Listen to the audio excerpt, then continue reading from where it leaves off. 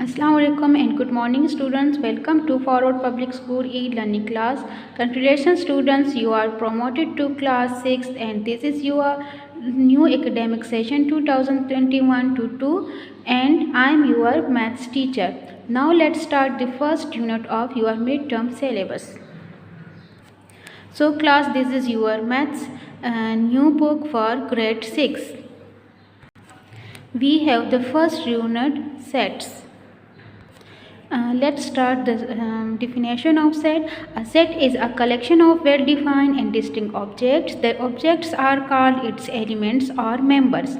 यहाँ पर हमारे पास two words आ जाते हैं, एक है well-defined and second is distinct. What is well-defined?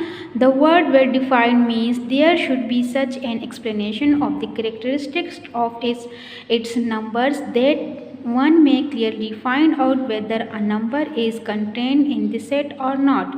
इसका मतलब है well defined का मतलब है कि जो numbers या जो members आप ले रहे हो उनके feature, characteristic means feature, खासियत जो है उनकी सेम हो, वो क्लियर हो कि जो नंबर्स आप ले रहे हो वो क्लियरली डिफाइन हो, क्लियरली जो है वो एक्सप्लेन हो और वो सेट में आते हैं कि नहीं है.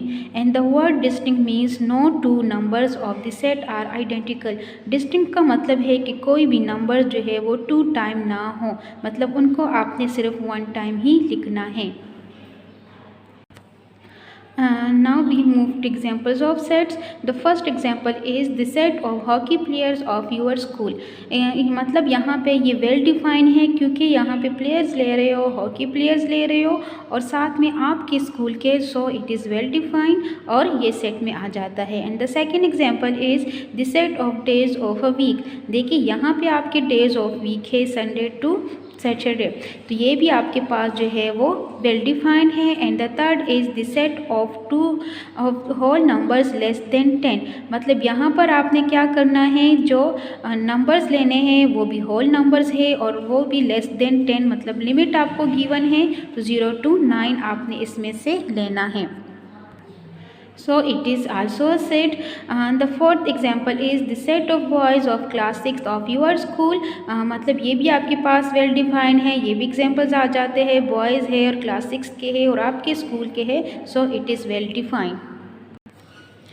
Now we have exercise 1.1. The first question is state giving reason whether the following objects form a set or not.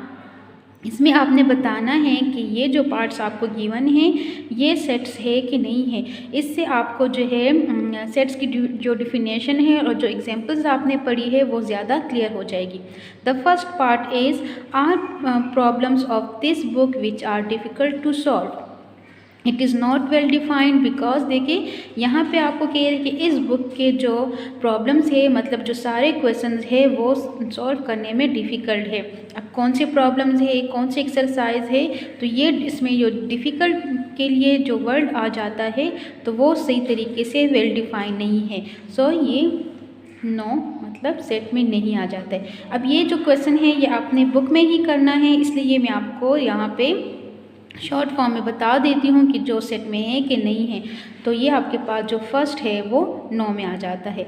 And the second is all problems of this book which are difficult to solve for Amjid. It is well defined क्योंकि यहाँ पे देखिए वो तमाम problems कह रही है जो सिर्फ अमजिद के लिए डिफ़िकल्ट है, मतलब सिर्फ अमजिद की बात हो रही है, सिर्फ एक स्टूडेंट की बात हो रही है, तो इसलिए ये आपके पास वेल डिफाइंड है and so it is a set. यहाँ पे आपने सिर्फ शॉर्ट आपने यस और नो लिखना है ताकि इजी हो. The third part is all the objects heavier than 26 kg. अब इसमें आपने वो तमाम ऑब्जेक्ट्स लेने हैं जो 26 kg से हैवियर हो. So it is well defined क्योंकि यहाँ पे आपको लिमिट गिवन है वेट के लिए कि आपने कैसे ऑब्जेक्ट्स लेने हैं, वो तमाम ऑब्जेक्ट्स जो 26 kg से ज़्यादा हो. So it is also well defined and it is a set. The fourth part is students in a classroom. It is not well defined क्योंकि यहाँ पे आपको क्लासरूम मेंशन नहीं है कि कौन से क्लासरूम, कौन सा सेक्शन है या कौन से स्कूल के क्लासरूम की बात हो रही है. So it is not a set and it is not a well defined. तो ये भी आपके पास नो में आ जाता है. फिफ्थ जो है वो है books in your school bag. ये भी जो है वेल डिफाइंड है क्योंकि बुक्स की बात हो रही है, बुक्स भी नोन है आपको कि कौन कौन से बुक्स है, और आपके स्कूल की बैग की बात हो रही है, so it is well defined and it is a set. तो ये भी आपके पास सेट आ जाता है। The sixth one is counting numbers from 5 to 15। It is also well defined, it is a set, because देखिए यहाँ पे counting numbers from 5 to 15 numbers की बात हो रही है, और कहाँ से 5 से लेके 15 तक, so it is well defined and it is a set. इसका जो सेवन्थ पार्ट है, students of your class who are taller than you. It is also well defined क्योंकि आपकी क्लास की वो तमाम स्टूडेंट्स का सेट बनाना है जिसकी हाइट आपसे ज़्यादा हो। टॉलर मतलब जिसकी हाइट आपसे ज़्यादा हो, so it is well defined and it is a set. Now we have the second question, ये भी आपने बुक पर ही करना है। If set A is equal to, ये मेंबर्स है सेट के, state which of the following statements are correct और विच आर रॉन्ग। इसमें आपने ये जो पार्ट्स आपको गिवन हैं, ये स्टेटमेंट्स आपको जो गिवन है, इसमें हमने बताना है कि ये स्टेटमेंट करेक्ट है या रॉन्ग है। मतलब यहाँ पर आपको ये सेट गिवन है, इसके अंदर ये एलिमेंट्स आपको गिवन है 4, 6, 8, 10, 12 एंड 14, और इनको सेपरेट किया है विद कॉमा। अब फर्स्ट स्टेटमेंट क्या है, फर्स्ट पार्ट है 5 is belongs to set A. अब ये जो सिंबल है ये बिलोंग्स के लिए यूज़ हो रहा है क्योंकि 5 जो है, मतलब 5 जो है इस सेट ए का मेंबर है कि नहीं है। सही है, ये मेंबर के लिए, बिलोंग्स टू के लिए यूज़ हो रहा है। ये आपके पास ऐसे सी टाइप है और फिर उसमें ये लाइन आ जाती है, इसमें आपने ये ई का नहीं लिखना। अब ये क्या है, 5 is belongs to set A. अब देखिए 5 इस सेट में है कि नहीं है, नहीं है, so it is wrong statement. तो ये इसके साथ आप इस रॉन्ग लिख लें। सेकंड क्या है, 12 is belongs to set A. अब देखिए ये जो 12 है इस सेट ए में है कि नहीं है। देखिए यहाँ पे आपके पास 12 है, so it is correct statement. The third one is 14 is belongs to set A. 14 भी इसमें आ जाता है, तो ये भी ये है, क्या है, correct.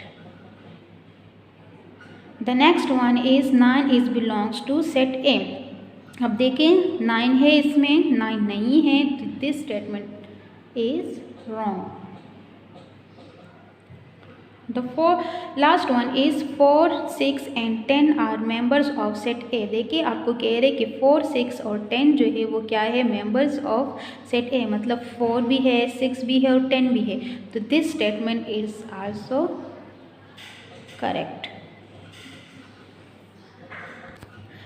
So students, this is the end of exercise 1.1 part 1, and we will do the next exercise in the next class. Thank you and Allah Hafiz. Stay home and stay safe.